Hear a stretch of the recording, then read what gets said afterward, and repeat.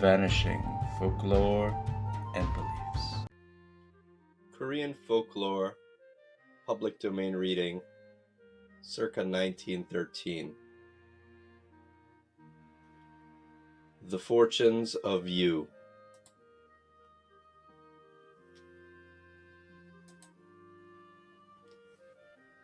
There was a man of Yeongnam named Yu, who lived in the days of Sejong. He had studied the classics, he had passed his examinations, and had become a petty official attached to the Confucian College. He was not even of the 6th degree, so that promotion was out of the question. He was a countryman who had no friends and no influence, and though he had long been in Seoul, there was no likelihood of any advancement. Such being the case, disheartened and lonely, he decided to leave the city and go back to his country home. There was a palace secretary who knew this countryman and who went to say goodbye to him before he left. Taking advantage of the opportunity, the countryman said, "I have long been in Seoul, but have never yet seen the royal office of the secretaries. Might I accompany you some day when you take your turn?" The secretary said, "In the daytime there is always a crowd of people who gather there for business, and no one is allowed in without a special pass. I am going in tomorrow, however, and intend to sleep there, so that in the evening we could have a good chance to look the palace over. People are not allowed to sleep in the palace as a rule, but doing so once would not be specially noticed." The secretary then gave orders to the military guard, who accompanied him to escort this man in the next day. As the secretary had arranged, the countryman on the evening following made his way into the palace enclosure. But what was his surprise to find that, for some reason or other, the secretary had not come. The gates also were closed behind him, so that he could not get out. Really, he was in a fix. There chanced to be a body servant of the secretary in the room, and he, feeling sorry for the stranger, arranged a hidden corner where he might pass the night, and then quietly take his departure in the morning. The night was beautifully clear, and apparently everyone slept but Yu. He was wide awake, and wondering to himself if he might not go quietly out and see the place. It was the time of the rainy season, and a portion of the wall had fallen from the enclosure just in front. So Yu climbed over this broken wall, and not knowing where he went, found himself suddenly in the royal quarters. It was a beautiful park with trees and lakes and walks. "Whose house is this?" thought Yu, "with its beautiful garden?" Suddenly a man appeared with a nice new cap on his head, carrying a staff in his hand, and accompanied by a servant, walking slowly towards him. It was no other than King Sejong, taking a stroll in the moonlight with one of his eunuchs. When they met Yu, Yu had no idea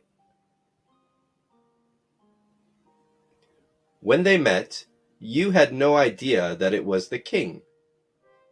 His Majesty asked, "Who are you, and how did you get in here?"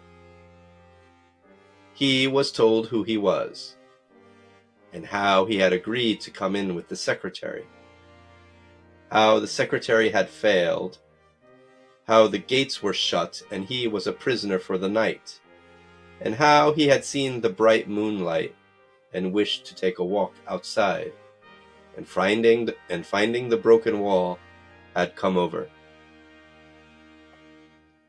"Whose house is this anyway?" asked Yu.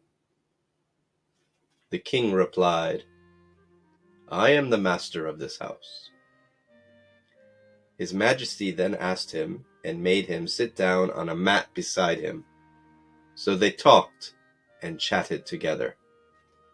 The king learned that he had passed special examinations in the classics, and inquiring how it was that you had no better office, you replied that he was an unknown countryman, that his family had no influence, and that while he desired office, he was forestalled by the powerful families of the capital. "Who is there," he asked, "that would bother himself about me? Thus all my hopes have failed, and I have just decided to leave the city and go back home and live out my days there." The king asked again, "You know the classics so well. Do you know something also of the Book of Changes?"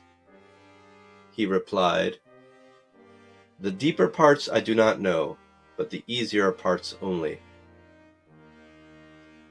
Then the king ordered a eunuch to bring the Book of Changes.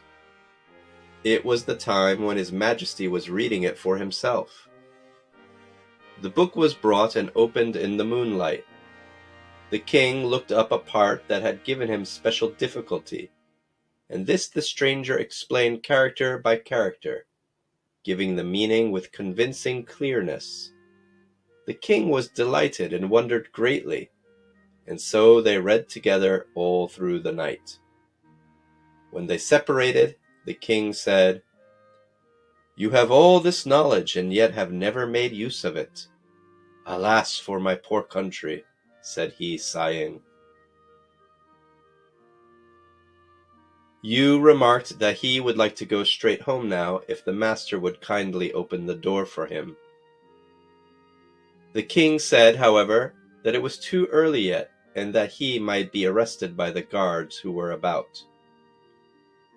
"Go then," said he, "to where you were, and when it is broad daylight, you can go out through the open gate." Yu then bade goodbye and went back over the broken wall to his corner in the secretary's room. When the morning came, he went out through the main gateway and returned to his home. On the following day, the king sent a special secretary and had Yu appointed to the office of overseer of literature. On the promulgation of this, the officials gathered in the public court and protested in high dudgeon against so great an office being given to such an unknown of a person. His Majesty, however, said, "If you are so opposed to it, I will desist." But the day following he appointed to an office 1 degree still higher. Again they protested at the countrymen being promoted to such a high office, and His Majesty said, "Really, if you so object, I will drop the matter." The day following he appointed him to an office still 1 degree higher, and again the families all protested, and he apparently yielded to them. But the day following, higher still, the countryman was promoted, and again the protest poured in, so much so that His Majesty seemed to yield. On the day following this, the king wrote out for him the office of vice president of all of the literati. The high officials gathered again and inquired of one another as to what the king meant by this, and what they had better do about it. If we do not in some way prevent this, he will appoint him to be as president of the literati." So they decided to drop the matter for the present, and see later what best to do.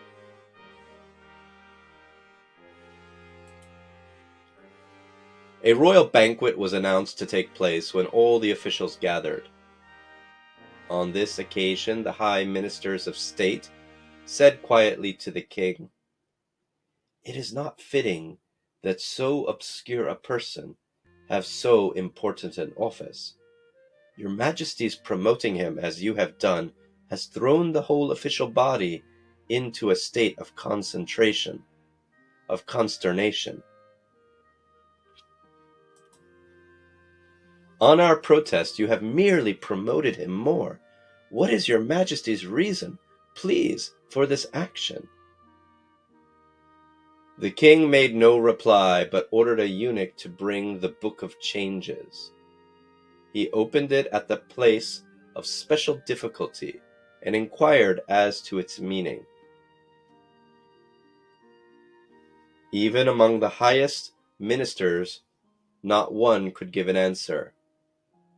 He inquired by name of this one and that, but all were silent. The king then said, I am greatly interested in reading the Book of Changes. It is the great book of the sages. Anyone who understands it surely ought to be promoted. You, all of you, fail to grasp its meaning, while you, whom you have protested against, has explained it all to me. Now what have you to say to this? You's being promoted thus is just, as it ought to be. Why do you object? I shall promote him still more and more, so cease from all your opposition. They were afraid and ashamed and did not again mention it. You from that time on became the royal teacher of the Suíomh, the Book of Changes, and rose higher and higher in rank, till he became the head of the Confucian College, and first in influence, surpassing all. Author's note, imbang. Many people of ability have no chance for promotion. It is difficult to have one's gifts known in high places. How much more difficult before a king? The good fortune that fell to the first scholar was of God's appointment. By caring for a vacant house, the honor came to him, and he was promoted. The others going thus, unbidden into the palace, was a great wrong, but by royal favor he was pardoned, received, and honored. By one line of poetry a man's ability was made manifest, and by one explanation of the Suíomh another's path was opened to high promotion. If King Sejong had not been a great and enlightened king, how could it have happened? Very rare are such happenings indeed, so all men wondered over what had befallen these two. I, however, wondered more over the king's sagacity in finding them. To my day, his virtue and accomplishments are known, so that the world calls him Korea's King of the Golden Age.